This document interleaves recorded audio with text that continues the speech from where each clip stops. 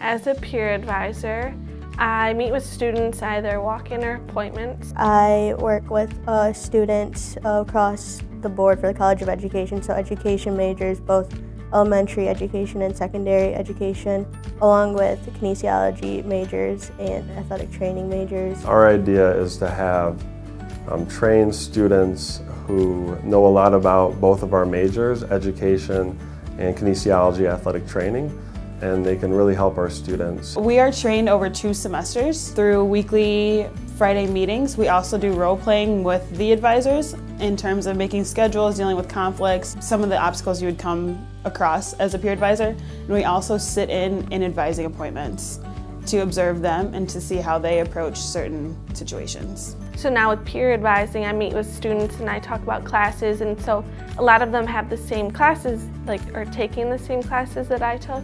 So I can give them that personal experience. So it's just like things that you can share with first-year students and sophomores even. So we just basically went over a lot of little details about the major. And we either go over scheduling or classes if they need help, or extra resources for those classes. It's good to have someone to go to, and I feel like that's the biggest impact, is just to be there.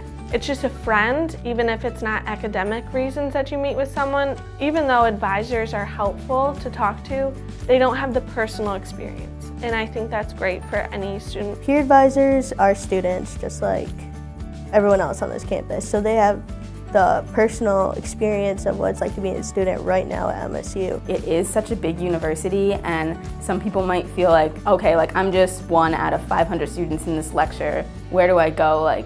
Where do I turn? And having the peer advising is just telling people there are a lot of resources to help you out at this big university. I think it's really important that we have these programs at a big university to help people navigate and find what works for them, because it's very possible to make this school feel small, like a close community. So the more people that we have trained to have these conversations, the more times that we have available, and the better service that we can provide for our students.